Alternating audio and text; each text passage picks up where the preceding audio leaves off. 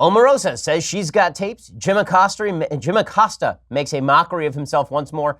And the Oscars decide to change things up. I'm Ben Shapiro. This is The Ben Shapiro Show.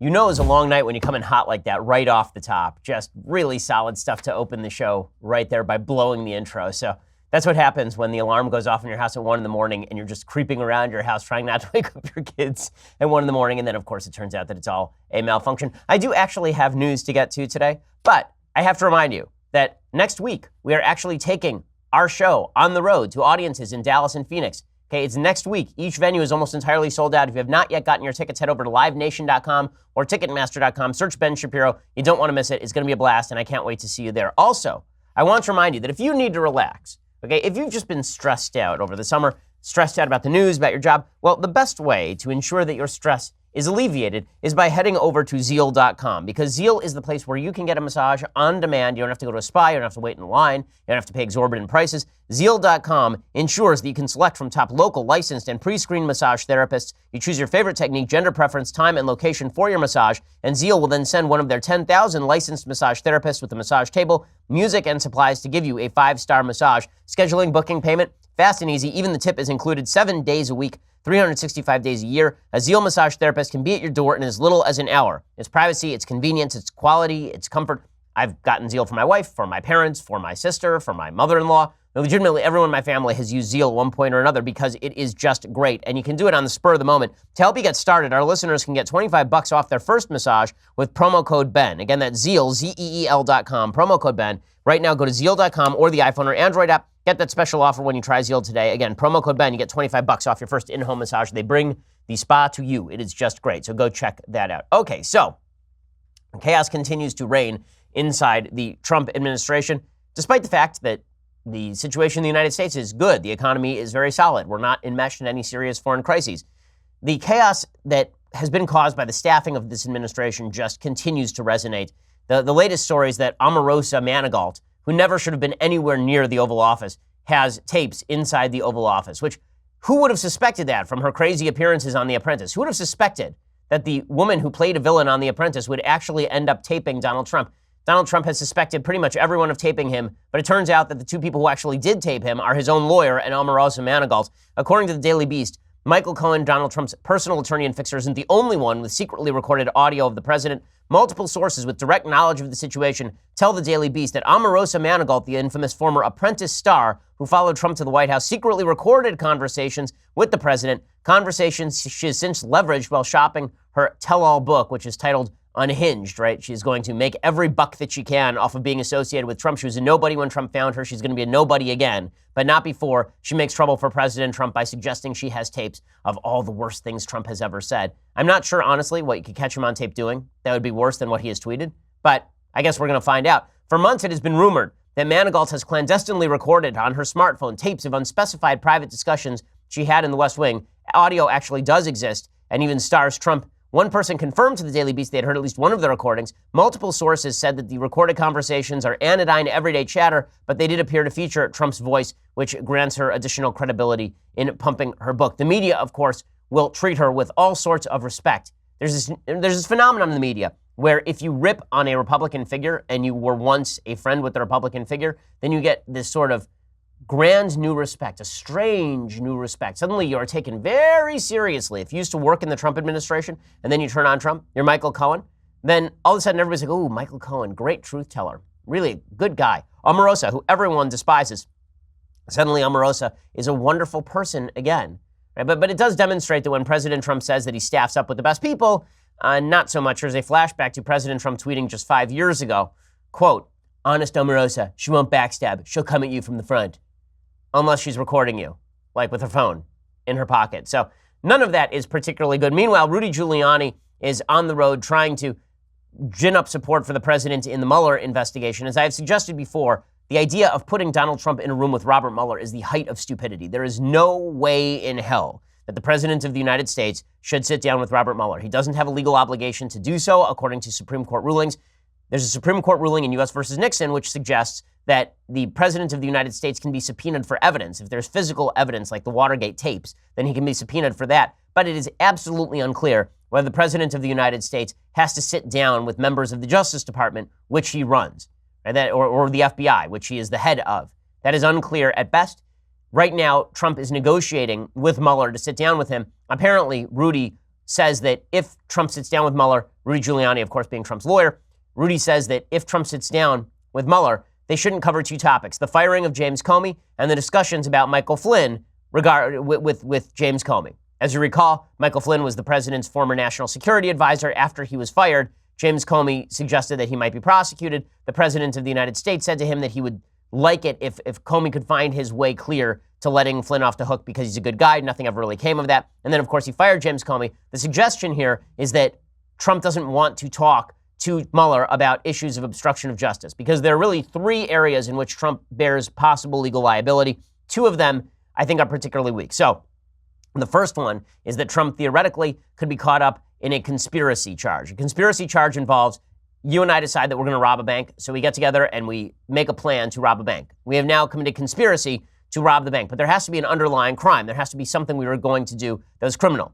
And if you and I get together and we drop a conspiracy to go down to the grocery store and shop, that is not a crime because there is no underlying crime. Well, the question is whether there is an underlying crime in which the president of the United States was involved. The evidence there is not good.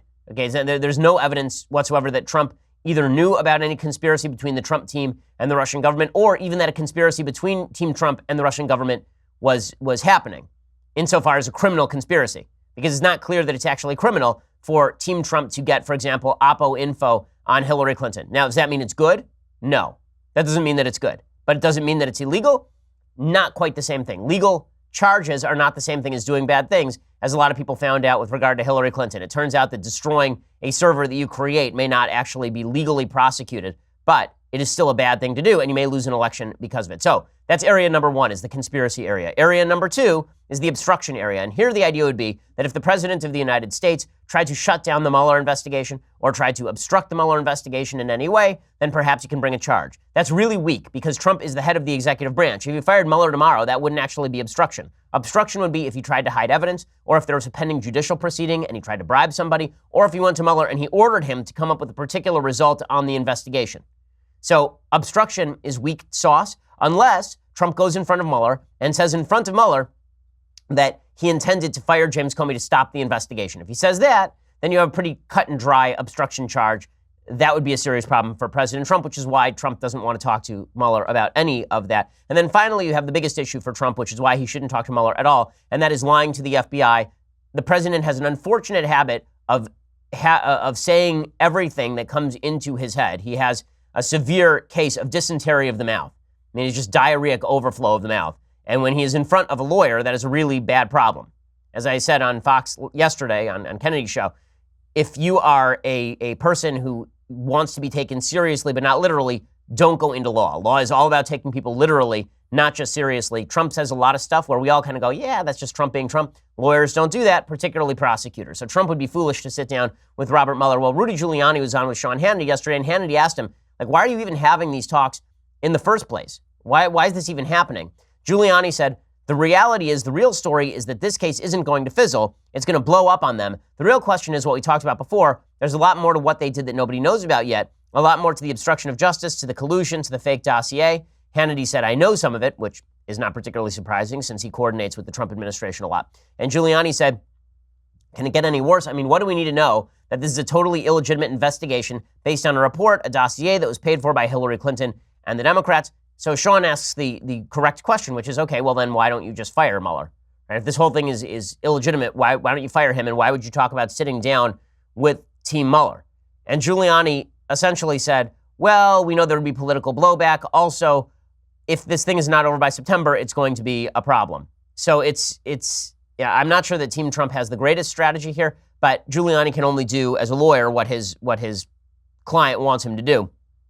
All of that said, these are criminal questions. This is not the political question. The political question is how much this affects the Republican Party going into the midterm elections in 2018. A lot of Trump fans think all this stuff doesn't have any impact on congressional elections. I'm very skeptical of that point of view. There's a good piece by Sean Trend over at Real Clear Politics today talking about the actual statistical trends going into the 2018 elections. He says the results on Tuesday night, which we talked about here yesterday, in Ohio's 12th congressional district and across the country, the results were fully consistent with a Democratic wave in the House washing up on our shores in November.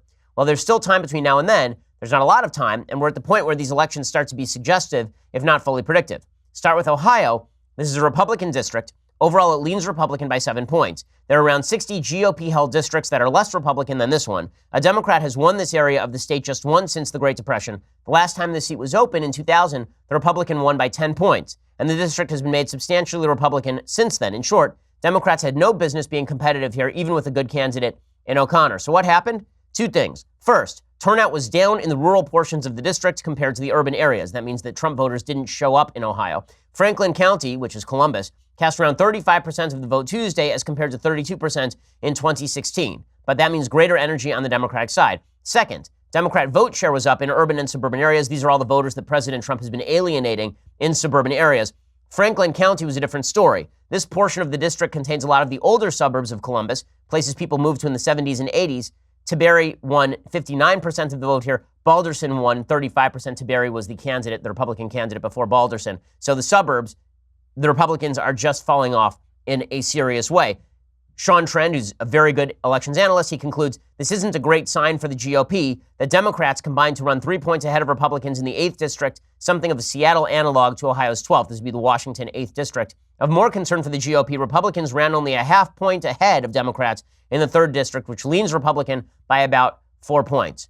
So it could be bad stuff for Republicans come November, which is why they really need to focus in on the issues. And it's not like they don't have something to work with.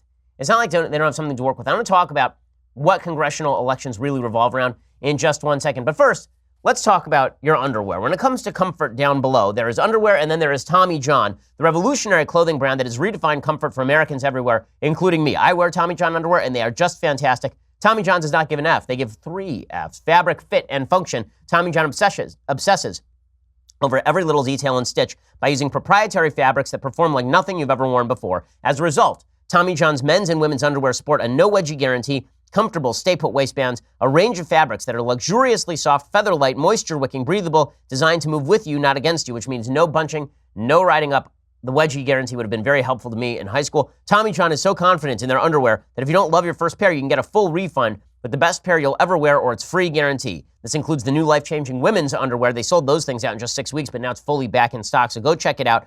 TommyJohn.com/Shapiro for 20% off your first order. That's TommyJohn.com/Shapiro for 20% off your first order. Again, TommyJohn.com/Shapiro. They make the best underwear in the country. Go check them out right now. TommyJohn.com/Shapiro. Okay, so how do these congressional elections actually work? There's this misnomer that all politics is local. And when it comes to congressional elections, it's all about the local election. I have a question for you. How many of you actually know who your congressperson is? I would wager that I would say most people who vote in elections probably don't even know who their congressperson is, or if they do know, they don't know much about them. People use mental shortcuts to determine for whom they are going to vote. They use the R or the D a lot more than they use the name of the candidate in their particular district, which is why it is very indicative of whether a district will go in one direction or another, what the constituency of that district is. So an R plus 10 district, it almost doesn't matter who the candidate is. The Republicans should win, unless what you are seeing is a wave against Republicans. This means that all elections are national. Okay, one of the great lies that we've been told about politics is that all politics is local because of the prevalence of media. Because most people who are engaged in politics are reading newspapers or listening to shows like this one or watching Fox News or CNN. All elections are basically nationalized at this point, which is why Republicans swept through in 2010 on a national platform, right? National Tea Party platform. And it's why right now Republicans who are running locally in the hopes that they can avoid the stigma of Trump, they have a problem. It's why Trump is a problem for them. Trump is a drag on a lot of these Republican congressional tickets. He is not a boost to them because he is the national issue. Now, the Republicans do have national issues they can campaign on. It's the same national issue they campaigned on in the Georgia 6th District, and that is Nancy Pelosi should never be Speaker of the House. Nancy Pelosi is a full-on wild left disaster. The idea that she should be running policy from the House of Representatives is frightening and should be frightening to a lot of folks. Why Republicans are not running nationally? The real answer is because they feel like if they run nationally, they're going to get hit with the Trump. And President Trump is such a volatile quantity that if you cross President Trump, there's a good shot he'll go on Twitter and then he'll knock you off with your own base. If the president really wants to maintain Congress, what would be helpful in the next 90 days is for the president not to be particularly loud, not to be particularly vocal, and for Republicans to campaign against Democrats. As I said yesterday, if you want to win elections, you have to make Democrats the issue. If you want to lose elections, make Trump the issue. Right now, President Trump is the issue, and it's a problem for Republicans. When Democrats become the issue, when Alexandria Ocasio-Cortez is the headline of the day, that's really good for Republicans. And you're actually seeing that in the polling right now.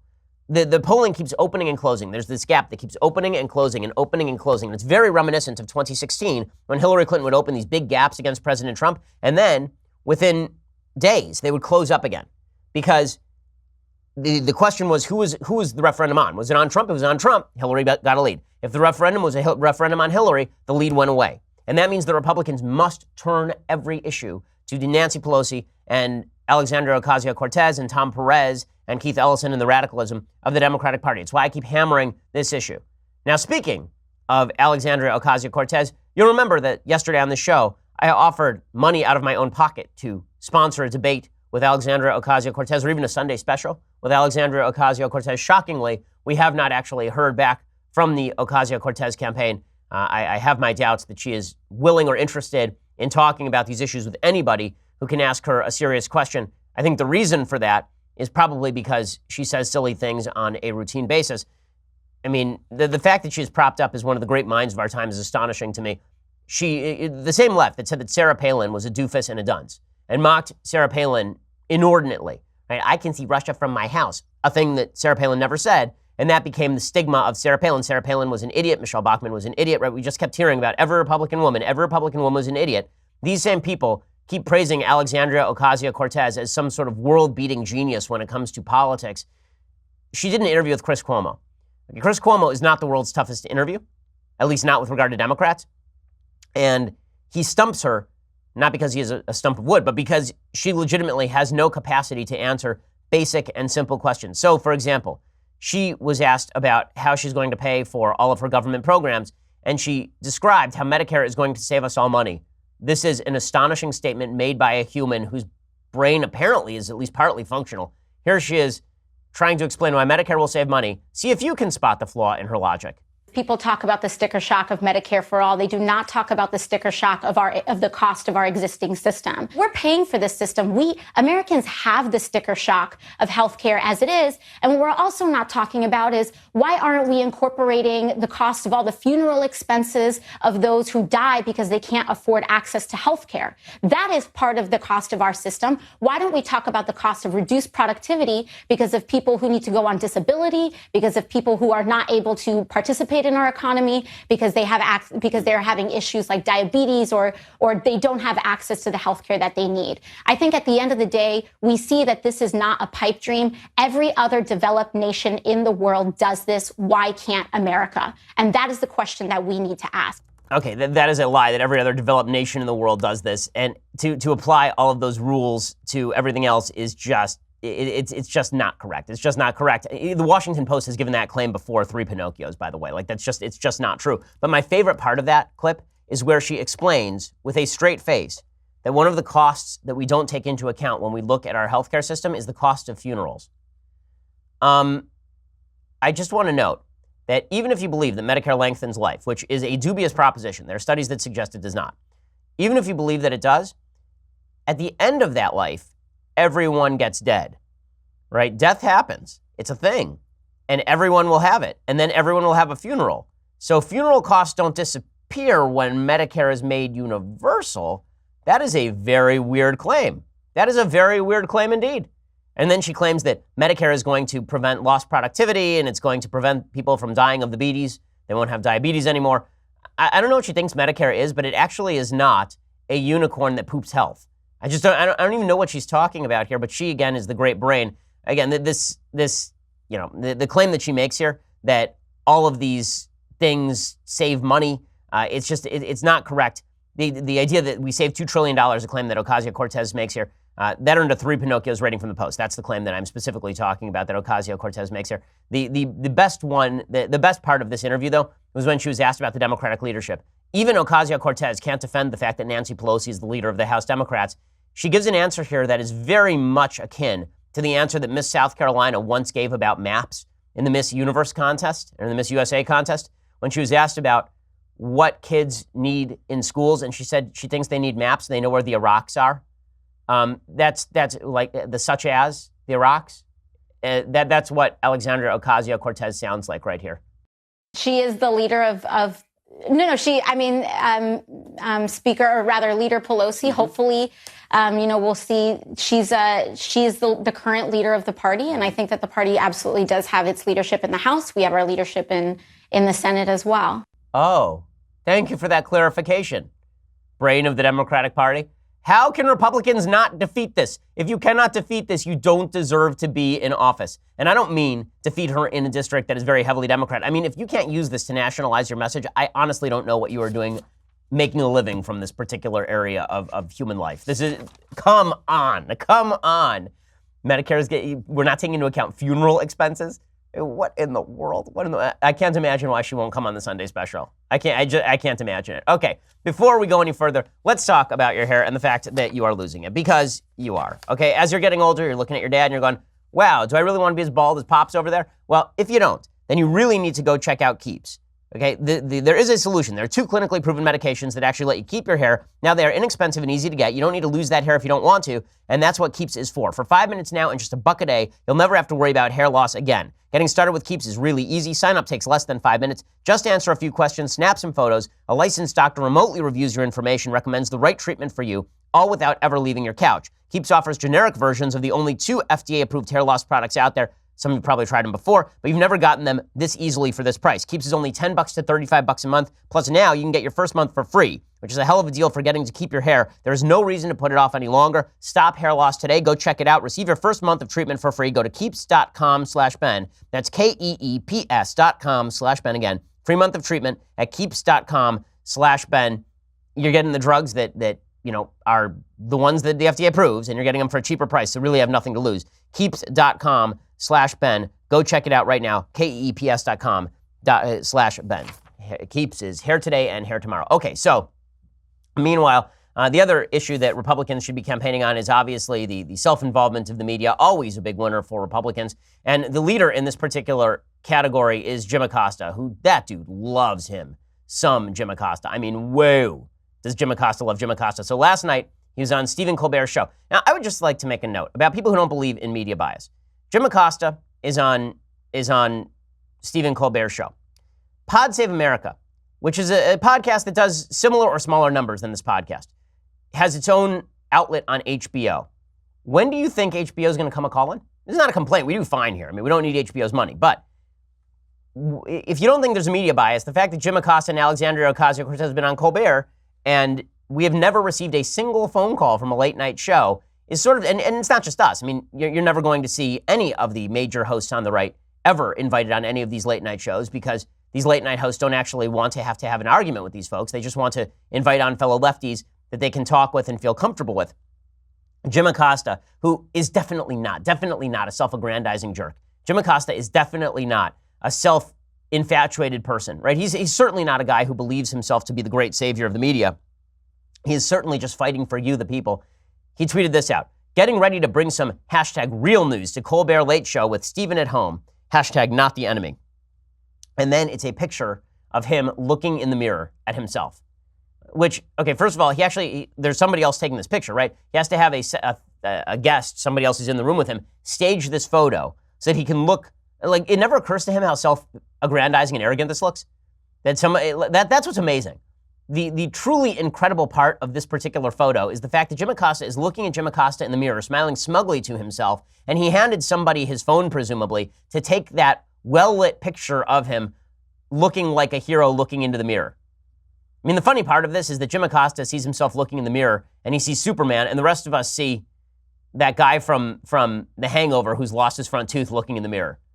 Right? That's really what this is. And the other part of this tweet that's just great is he says he's going to bring some real news to Colbert Late Show. Stephen Colbert is legitimately a satirist. It's a late night show. So he's going to bring real news. Real news is going on the Colbert Late Show. So what exactly did Jim Acosta say on the show? We've been looking everywhere for this video, but here's what he actually said.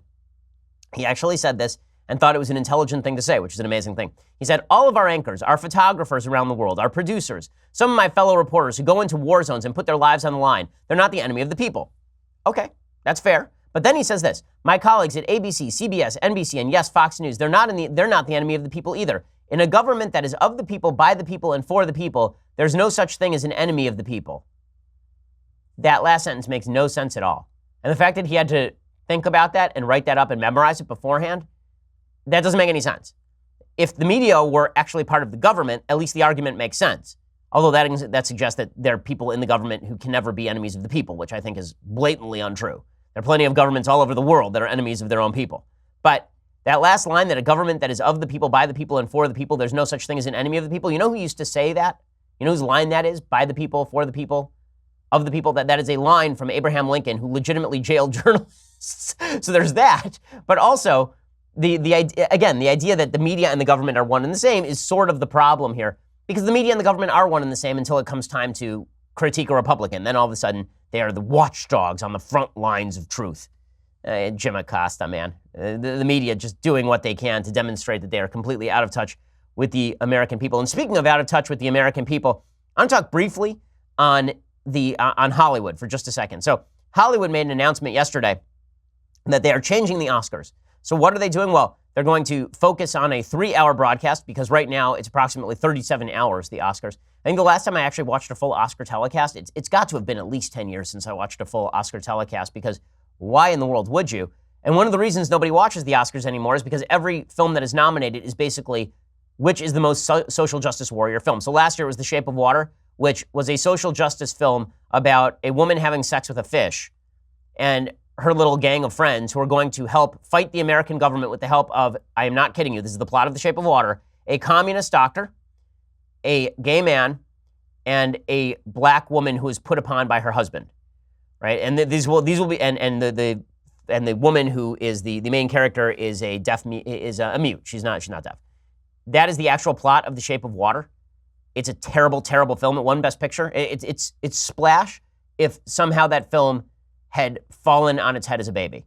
The Shape of Water is, and I don't say this with any animus toward the actors. I mean, I think that Nick Searcy, who's in the film, is a friend, but the film is just absolute hogwash and garbage.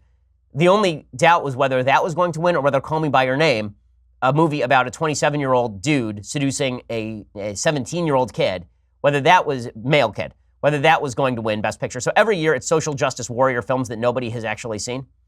And then they wonder why they're losing ratings. So how do they decide to combat this? Did they decide to combat this by actually nominating some films that people wanted to see? You know, big blockbuster films that people actually like watching.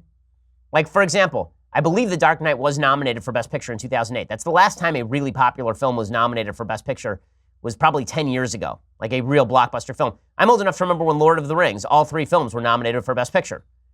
Would those be nominated today? I can't imagine they would be. The only filmmaker who is even somewhat commercial, whose films will be nominated anymore, is Christopher Nolan, and even he has not won a Best Director Oscar, which is just insane. Instead, you'll get pictures like Moonlight winning.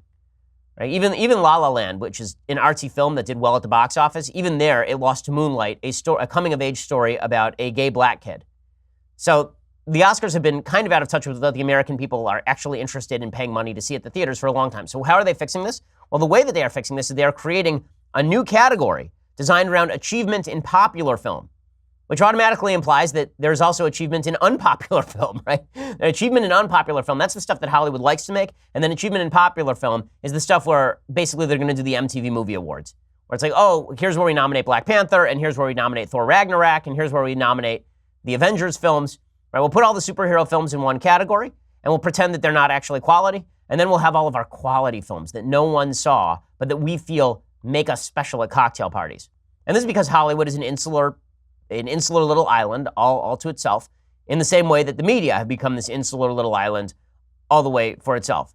It's so stupid in every way. It's basically an acknowledgement that the folks in Hollywood hate you, that they are taking your money to make movies like Mission Impossible, and then they're taking some of that money and siphoning it off into the real projects they care about. The story of the lesbian transgender little person who overcame all odds to become the head of a prostitution ring, right? That's legitimately, that's almost the plot of that film that Scarlett Johansson was supposed to star in, that no one would have seen, except that Scarlett Johansson was in it. My favorite part of that story, by the way, is that the social justice warriors killed that film outright because they said Scarlett Johansson should not star in it, and now that film will never get made and never get distributed. So just spectacular. It's so stupid in every way. They're not gonna focus on making stuff that people want to see. They're gonna continue to separate off the stuff they want to make from the stuff people want to see, and then patronize the audience by suggesting, here is the award for the rubes, and then here is the award for those of us who really, really matter. Also, let's be real about this. The real reason they're creating this new category is so Black Panther can win an Oscar, right? That's really why they're creating this new category. They didn't think of creating this new category 3 years ago, but they think Black Panther ought to win an Oscar. And legitimately, I don't see why Black Panther shouldn't be nominated for an Oscar, like in the regular category. It's a good movie. It's a fine movie. I liked the movie. I had some problems with it, but overall, I thought it was one of the better Marvel flicks. But yeah, again, Hollywood is completely out of touch as well. This out of touchness is something, this culture war is something where the Republicans really could do some serious damage if they chose to do so. Speaking of the culture war, I'm going to play you this clip from Mila Kunis because it really does suggest how broadly the culture war has spread. And it has some relevance to the conversations we are now having about race in the country, believe it or not. But first, you're going to have to go over to dailywire.com to subscribe. So for $9.99 a month, get the rest of the show live, get the rest of Klavan's show live and Knowles' show live. We have some brand new stuff that is coming for subscribers. I can't wait to tell you about it, but if I tell you about it, my business partner will murder me because I legitimately forward-cast things 2 years in advance, see AKA the Shapiro store. But the bottom line is there's all sorts of good stuff coming if you become a member. Also, you're helping us out. $99 a year, you get this, the very greatest in all beverage vessels. Look at this magnificent piece of vessel. Check it out. It is just great. You get that for $99 and all sorts of other goodies. Also, subscribe to iTunes and YouTube. When you do that, and you actually get to see our Sunday special and listen to our Sunday special. We're having on Ty Lopez this week. In upcoming weeks, we have a bunch of great guests I can't wait to announce to you as they come up, like really awesome guests. So check that out. We are the largest, fastest growing conservative podcast in the nation.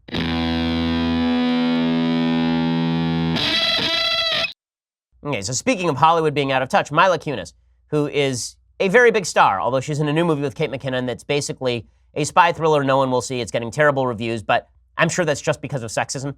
It's not because it's a bad movie. It's because of sexism, because it has 2 female leads. Well, I do love the idea that what women really want to watch at the movies is women. I don't know where this idea came from in Hollywood, that all women want to do is watch Eat, Pray, Love, or that they want to watch an action movie with women. Maybe I'm just biased here. I don't know a single woman, like not one, who is desperate to watch an action flick with a female lead. I was under the impression that most women kind of like men. I was under the impression that they would rather watch Tom Cruise run around than watch Mila Kunis run around. Most men would rather watch Tom Cruise run around than watch Mila Kunis run around because Tom Cruise runs faster than Mila Kunis. And there's this sort of Hollywood absurdity where you have these 90-pound women who are kicking 300-pound guys in the chest, and the guys are like flying through glass windows, when in reality, the 300-pound man would take the kick and then take the woman by the leg and chuck her, right? I mean, Hollywood has these bizarre notions. I will survey the only woman in the room. Senya, would you prefer to watch Mila Kunis in an action flick or Tom Cruise in an action flick? Daniel Craig. Okay, that's fair, right? Okay, Tom Cruise is old, but Daniel Craig is not old. By the way, I just saw the Mission Impossible flick.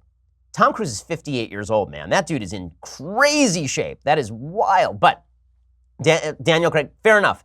Right? When they talk about let's make Jane Bond as opposed to James Bond, yeah, try that. You know how much money it will make at the box office? $0. They tried this with Atomic Blonde, in which they basically substituted Charlize Theron for a man in like every possible way, including the lesbian sex scenes, and the movie wildly underperformed because it turns out that when you watch a female character, you'd actually like her to have certain indicative female stereotypical attributes that are just not present if you could substitute a man in for that part. That's not to say you can't have a lesbian in a film that would actually be productive and useful, but if you could substitute a man into the part like directly without changing a single line of dialogue, it's very difficult to see why people should go see that film as opposed to seeing Daniel Craig in the same film. Okay, but all of that is beside the point. Mila Kunis is in this new movie, and she's being interviewed about why she is pro-choice. And the answer to why she's pro-choice is because she legitimately has never met a pro-lifer. Now, I don't know any Republican in America who's never met a pro-choicer. I seriously don't. I talk to hundreds of thousands of Republicans, right? I don't understand why it is that so many folks on the left have never met a pro-lifer, except that every view on the right must be castigated as horrible and evil. Here's Mila Kunis talking on a podcast with Mark Maron about why it is that she is pro-choice. I was going to always donate to Planned Parenthood anyways, but I will say this. Here's what happened. So there's an address that was listed online that's not necessarily my personal address, but it's listed as if it's my personal address. And so then people started giving donations to the opposing side, which I didn't even know there was one. Okay, I don't want to promote it, whatever it is. Yeah. I didn't even know there was one. You legitimately didn't even know that there's a pro-life movement in the country? Like you didn't know that there's a group of people who think that you shouldn't kill babies in the womb? that sort of insular thinking is exactly the culture gap that is really ripping the country apart. I think the culture gap that's tearing the country apart is not a racial culture gap. I think the racial stuff is almost a weird overlay on top of cultural battles that are being fought. And this is one of the things that the left doesn't understand. They think that when President Trump is appealing to quote-unquote white culture, what he's really appealing to is a racial culture. What he's really appealing to is a group, particularly of white people in the middle of the country, who have a gap not with black people so much as with other white people on the coasts. There's this weird idea on the left that there's this thing called whiteness. I was listening to a podcast with my friend Jane Costin over at Vox.com, and she was doing the podcast with Ezra Klein. It's the Weeds podcast. It's kind of interesting. Basically, the three people who are on are Ezra Klein, who is sometimes thoughtful on the left and sometimes just wrong and nearsighted, and Jane, who I think is thoughtful, and Dylan Matthews, who's basically the Leroy Jenkins of that show. Like, he just kind of runs in randomly and shouts, "Leroy Jenkins!" And nobody knows why he's just spouting the typical lefty line. In any case, they were talking about all of this talk lately about racism and whiteness and why it is that ripping on white people is different from ripping on black people, and their suggestion was that you can't be racist really against white people, you can only be racist against black people, was sort of the implication of the show. And they were suggesting that whiteness is a concept that has some merit, that there is this thing called whiteness. And what is whiteness? Well, Ezra Klein says that what whiteness really is the stuff white people kind of do stereotypically. Now, if you applied that same logic to blackness, of course you'd be a racist. But if you do it to whiteness, then it's okay. But the truth is that Ezra Klein is wrong. Ezra Klein is wrong. The culture gap in the country is not between quote-unquote whiteness and quote-unquote blackness. The culture gap is between secularist and religious. It is between left and right. It is between certain value systems. It is not between people of different colors. In a second, I want to read you a little bit of this piece from my friend David French, which really hits this on the nose and really speaks to the gap that has emerged between the media and the rest of the country and Hollywood and the rest of the country. Okay, so we played that clip of Mila Kunis, and Mila Kunis says she's never heard of anybody who's pro-life in the country. Jim Acosta, who is completely out of touch with the middle of the country, and every so often, the middle of the country sort of rears its ugly head and they go, "Ooh, let's send somebody out there," as though they're Steve Irwin in the Outback. Like, "Oh, look at these people. These crazy people living in the middle of the country. Wow." I don't even know what accent that was, but it's sort of an Australian accent. In any case, they treat people in the middle of the country, white people in the middle of the country, as foreigners. They're going to go and they're going to examine their culture, mate. They're going to see what the stingrays do out here. Well, that is really the attitude that divides the country. So here's what David French writes. He says, Klein brought up the old stuff. We're talking about this podcast with Ezra Klein and Jane Costin and Dylan Matthews over at Vox.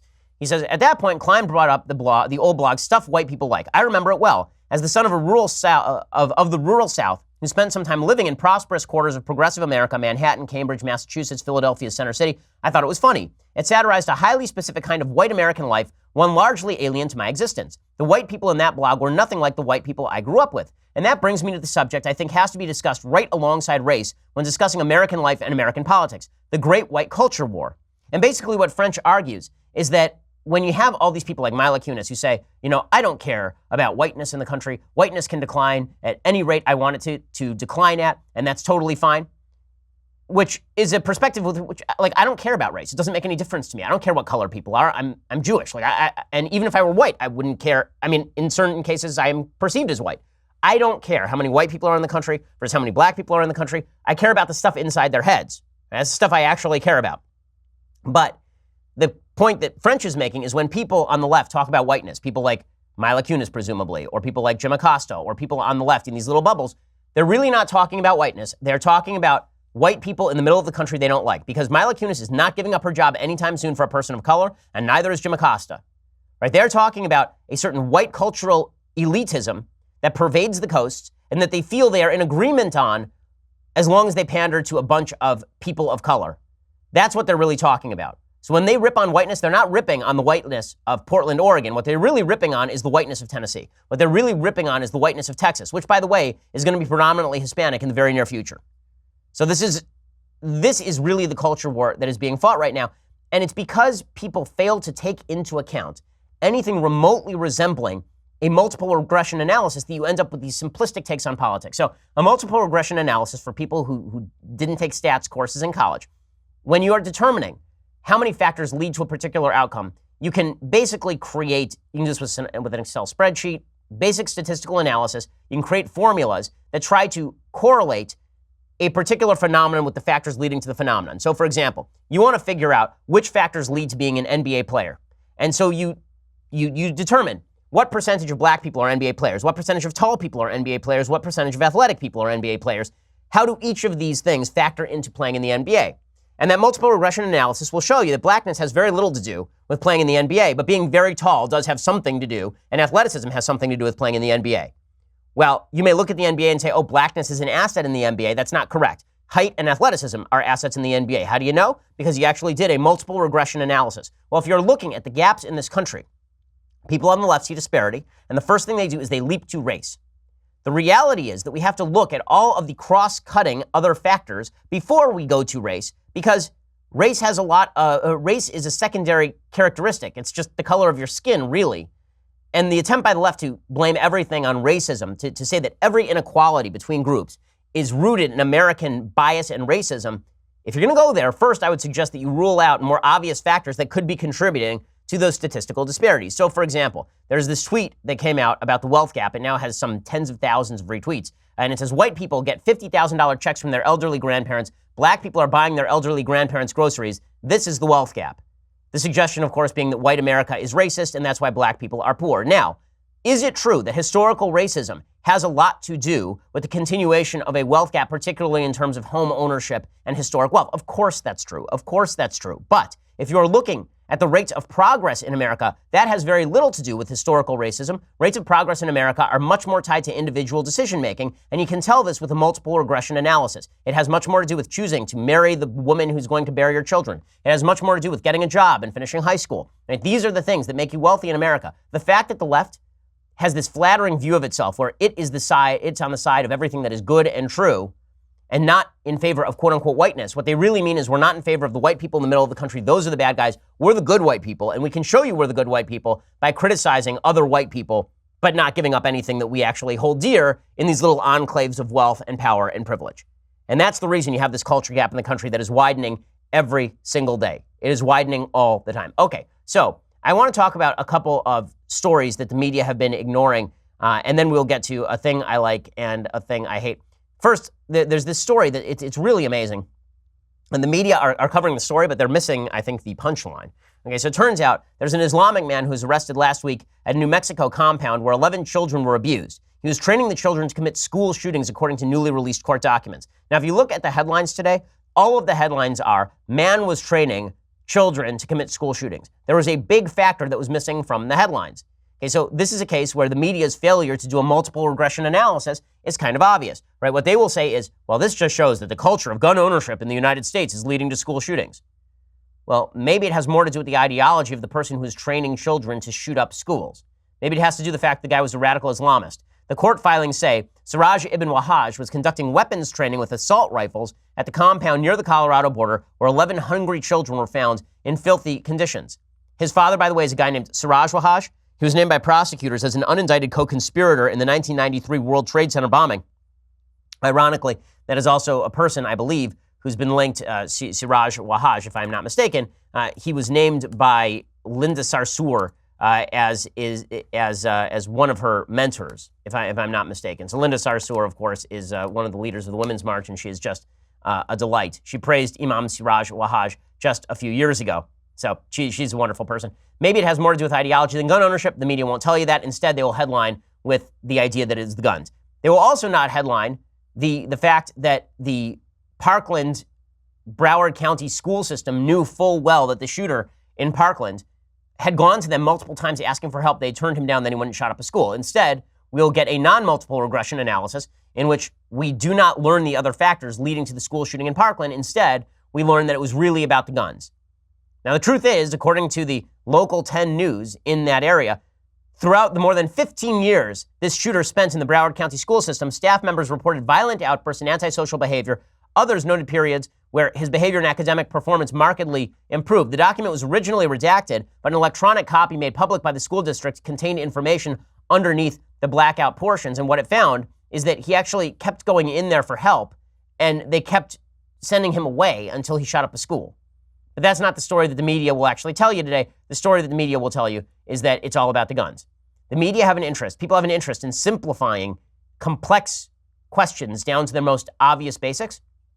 But you actually have to determine which factors, how many factors are important in determining cause and effect. You can't just say there's a disparity or there's an event and it happened because of this thing. You instead have to look at all of the factors that were involved in it and determine which factors were most likely to have contributed heavily to this possible outcome. Okay, time for some things I like and then some things that I hate. So, a thing I like today. It may be my wife's favorite movie. She loves this movie, and the score to it is really great as well. This, of course, is Pride and Prejudice with Keira Knightley. Keira Knightley she's kind of an interesting actress. I've never been a fan of hers, but then every time I see her actually perform, I think she's actually quite good in this. In Pride and Prejudice, she is terrific, and the movie is just beautifully produced. So you should go check it out. It's a very romantic film. If you're married dudes, this is a film to show your wife. Go check out Pride and Prejudice with Keira Knightley. This one's about 15 years old, maybe, something like that. Very good movie. He's here. Is he amiable? Is he handsome? He's single. I believe so. Oh my goodness! Everybody behave naturally. Mr. Collins, at your service. In an era when marrying a rich man was the most a woman could hope for, Elizabeth Bennet was way ahead of her time. I singled you out as the companion of my future life. Sir, I cannot accept you. Don't worry, Mr. Collins. Tell her you insist upon them marrying. Oh, please. You will have this house. I can't marry him. And save your sisters from destitution. You cannot make me. Okay, so it's really great. It's really well done, and the score of it is terrific as well. Go check it out. Really a worthwhile watch. Okay, time for a quick thing that I hate. Okay, so over the past 48 hours, Israel has been hit with legitimately 150 rockets from the Gaza Strip. Now, you will not see this in the media. Speaking of stories you won't see covered in the media, you'll never see this in the media because when Jews are being shot at by Palestinians, it's not a story. When Jews shoot back at Palestinians, it's a story. So when Israel goes in with overwhelming military might and attempts to knock out Hamas bases, which invariably are located in civilian areas because Hamas knows that they will make a headline every time a civilian is killed, that's the story that makes CNN. Right? CNN, I've said it before, CNN, a lot of the mainstream media, they are Hamas's propaganda outlets when it comes to this sort of stuff. It's disgusting. Okay, here's some actual video of what it looks like when rockets are fired against Israel. You're basically given 10 seconds to get to a bomb shelter. There have been 14 people who have been injured. These are rockets being fired into civilian areas. There's not one country on planet Earth that would tolerate this except for Israel. There's not one country on planet Earth that would be as humane as Israel has been in its response to all of this. Can you imagine if Mexico started firing rockets into San Diego? Like 150 rockets got fired by Mexico into San Diego. You know how fast we would topple that government? That would take us 5 minutes. Legitimately 5 minutes. The United States would go in and knock out the entire government and then replace it. I mean, when Al-Qaeda murdered 3,000 Americans, we knocked down 2 Islamic countries, 2 of them. Okay, when they killed 3,000 citizens with some airplanes. Okay, Israel took 150 rockets over the past 48 hours. They did some very specific targeted pinprick bombing. And you watch, that'll be the story, right? The story will be the civilian that was killed because Hamas plants all of its headquarters underneath hospitals. Here's what the video actually looks like when rockets are flying and you have 5 seconds to get your kids underground.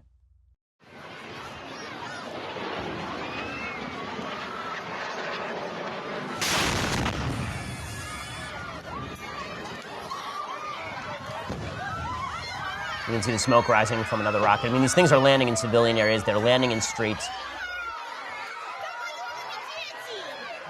The media's bias is never more apparent than when you see their coverage of this conflict. It is just disgusting. The media's lack of interest in terrorism, the media's lack of interest in radical Islamic fanatic murderous ideology is astonishing and demonstrative of this particular Marxist view that many in the media hold, that if a country is prosperous like Israel, it must be because it's victimized somebody else like the Palestinians. It can't just be that Palestinian culture is unsuccessful by and large because they are electing terrorists to lead their government in Hamasistan and in Palestinian Authority land, and that those governments are then stealing hundreds of millions of dollars to use for terrorism and to line their own pockets. The media's coverage of these issues is just abysmal. Okay, well, we will be back here tomorrow with all of the latest. I'm Ben Shapiro. This is The Ben Shapiro Show. The Ben Shapiro Show is produced by Senya Villarreal, executive producer Jeremy Boring, senior producer Jonathan Hay. Our supervising producer is Mathis Glover, and our technical producer is Austin Stevens. Edited by Alex Zingaro. Audio is mixed by Mike Caramina. Hair and makeup is by Jesua Alvera. The Ben Shapiro Show is a Daily Wire Forward Publishing production. Copyright Forward Publishing 2018.